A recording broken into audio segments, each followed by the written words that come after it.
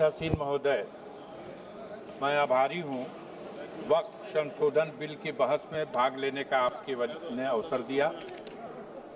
मैं इस बिल का पुरजोर विरोध करते हुए कुछ जो इसके मुख्य बिंदु हैं उस पर चर्चा करना चाहता हूं। माननीय मंत्री जी जब ये बिल प्रस्तुत कर रहे थे तो इन्होंने कुछ विशेष बिंदुओं पर बल दिया। उन्हीं बिंदुओं पर मेरे सवाल केंद्रित हैं। इन्होंने कहा कि इस बिल के माध्यम से सरकार वक्फ की संपत्तियों का संरक्षित करना चाहती है। सवाल इस बात का है कि वक्फ की संपत्तियों को संरक्षित करने के उद्देश्य से इस संशोधन बिल की क्या जरूरत आ गई।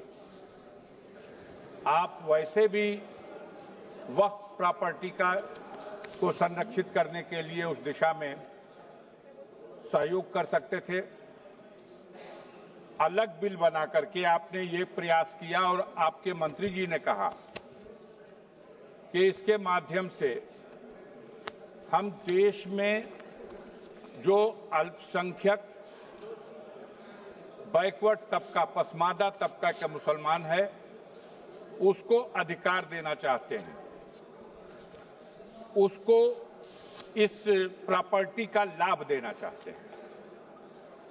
देश के बहुसंख्यक तबके का तो रिजर्वेशन ये सरकार खा गई और उत्तर प्रदेश के और भारतवर्ष के अल्पसंख्यक समुदाय के पिछड़ों का इतना दर्द है ये तो समझ में बात नहीं आती। इन्होंने ये भी कहा कि इस बिल के माध्यम से हम अल्पसंख्यक महिलाओं के कल्याण की योजनाएं लाएंगे, उनका कल्याण करेंगे, उनकी सहभागिता इसमें होगी। अजीब सवाल है कि जो सरकार महिला बिल तो पास किया हुआ है इस सदन, लेकिन उस महिला बिल को लागू करने के सवाल पर कान में तेल डाल के बैठी हुई है। सदन के मुखिया अपने परिवार का संरक्षण तो कर नहीं सके, उसको तो न्याय दे नहीं सके, उसको तो अधिकार दे नहीं सके, और अल्पसंख्यक महिलाओं को वो अधिकार देने की बात करते हैं। इसी तरह आगे इन्होंने ये भी कहा कि इस बिल के माध्यम से जो वक्फ की प्रॉपर्टी है उस प्रॉपर्टी का हम अच्छा प्रबंध करेंगे। अब बहस हो रही है बाहर कि अरे एक मिनट तो हुआ महाराज, ऐसा अन्याय मत करिए।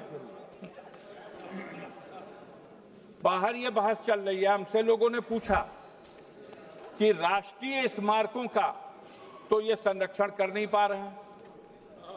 देश का लाल किला बनाया शाहजहां ने और उसको दे दिया गया संरक्षण करने के लिए किसी प्राइवेट को। तो जो सरकार वक्फ की प्रॉपर्टियों की चिंता कर रही है उसकी कई वजहों में एक वजह यह भी आ रही है कि महाराष्ट्र में, बॉम्बे में जो सबसे ऊंची रिहायशी इमारत है, बताया जा रहा है कि वो इमारत एक ऐसी भूमि पर बनाई गई जो यतीम खाने की जमीन है।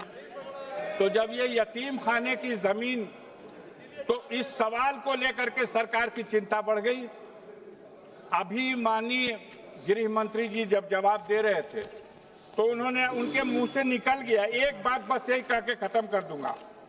उन्होंने कहा कि वक्फ की प्रॉपर्टियों पर जो मस्जिद और ईदगाहें हैं, कब्रिस्तानें हैं, इसको नहीं छुएंगे, लेकिन जो रिक्त जमीनें हैं विवाद रहित कर करके उन प्रॉपर्टी को बेचेंगे और उससे गरीब महिलाओं को और पिछड़े मुसलमानों को लाभ पहुंचाएंगे। धन्यवाद महोदय। ये कौन बेचेगा?